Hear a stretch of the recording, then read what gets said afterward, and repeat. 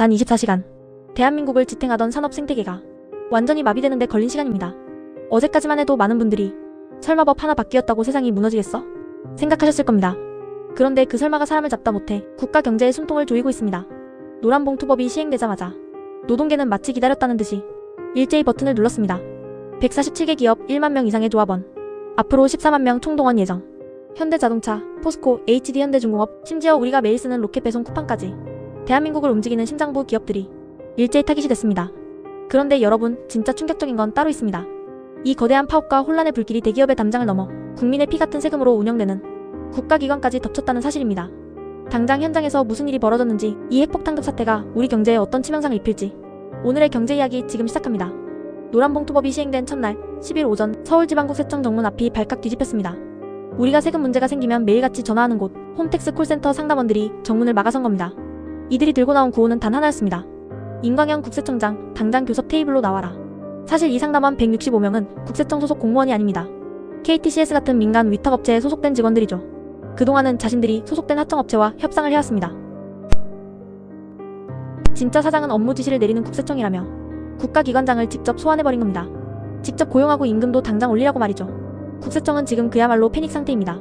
당황한 나머지 고용노동부에 우리가 사장이 맞느냐며 묻고 있는 묻지 못할 총극이 벌어지고 있습니다. 대기업만 두들겨 맞을 줄 알았던 노란봉투법이 정부기관의 멱살까지 쥐고 흔들기 시작한 겁니다. 민간 기업들의 상황은 아비규환 그 자체입니다. 민주노총 금속노조 한 곳에서만 무려 147개 하청업체가 한꺼번에 들고 일어났습니다. HD현대중공업 하청노조는 교섭장에 나타나자마자 임금 30% 인상이라는 파격적인 카드를 던졌습니다. 쿠팡택배 노조는 배송 수수료를 올리라며 원청을 압박하고 인천공항공사 하청 노동자 800명도 사장 소환을 결의했습니다. 심지어 연세대 청소 노동자들까지 대학 총장 나오라며 교섭을 신청했습니다. 상황이 이쯤되면 이런 질문이 나옵니다. 아니, 하청 노동자들도 뼈 빠지게 고생하는데 대기업 사장이 얼굴 좀 보고 대화할 수 있는 거 아니냐? 맞습니다. 대화 중요하죠. 하지만 지금 경영계가 사색이 되어 비명을 지르는 건 단순히 월급 몇 푼 더 올려달라는 요구 때문이 아닙니다. 기업의 생사여탈권, 즉 경영권 자체가 노조의 손의 통째로 넘어가게 생겼기 때문입니다. 10일 현대모비스 본사 앞. 지금 현대모비스는 회사의 생존을 위해 만년 적자인 램프 사업부를 프랑스 업체에 매각하려고 합니다. 뼈를 깎는 체질 개선이자 구조 조정이죠. 그런데 현대모비스의 하청업체 직원 150명이 본사 앞을 막아섰습니다. 우리 허락 없이 사업부 팔지 마라. 매각 결사 반대. 대화 안 하면 당장 파업이다.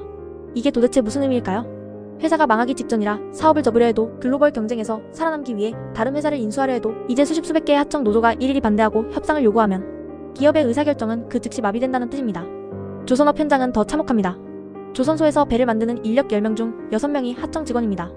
그런데 이제는 수십 수백 개의 하청 노조가 각기 다른 청구서를 들고 사장실 문을 두드리는 겁니다. 원청회사는 1년 365일 내내 협상 테이블에만 앉아있다가 끝날 판입니다. 배는 도대체 언제 만들고 수출은 언제 합니까? 기업들이 입을 모아 이제 국내에서는 도저히 공장 못 돌린다. 보따리 싸서 해외로 나가겠다고 절규하는 이유가 바로 이겁니다. 이런 아수라장 속에서 이재명 대통령은 한국노총 축사를 통해 노란봉투법이 대화와 타협, 상생의 시발점이 되길 기대한다고 밝혔습니다. 하지만 현장의 온도, 대통령 기대와 180도 다릅니다. 상생은커녕 끝이 보이지 않는 연쇄 파업과 고소, 고발전으로 모두가 다 함께 망하는 공멸의 낭떠러지를 향해 전속력으로 달려가고 있습니다. 판도라의 상자는 이제 완전히 열려버렸습니다. 시행 첫날 147개 기업 1만 명. 이건 영화로 치면 예고편에 불과합니다. 민주노총은 앞으로 14만 명의 하청조합원을 총동원해 대기업과 정부를 향한 전면전을 선언했습니다. 기업들이 짊어질 그 막대한 비용과 피해는 결국 누구의 지갑을 털어메우게 될까요? 우리 모두가 머리를 맞대고 가슴이 아닌 머리로, 감정이 아닌 이성으로 꼭 한번 고민해봤으면 합니다.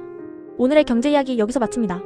다음 영상에서도 가장 날카롭고 깊이 있는 뉴스로 찾아뵙겠습니다. 구독을 눌러주시면 더욱 빨리 영상을 확인할 수 있습니다.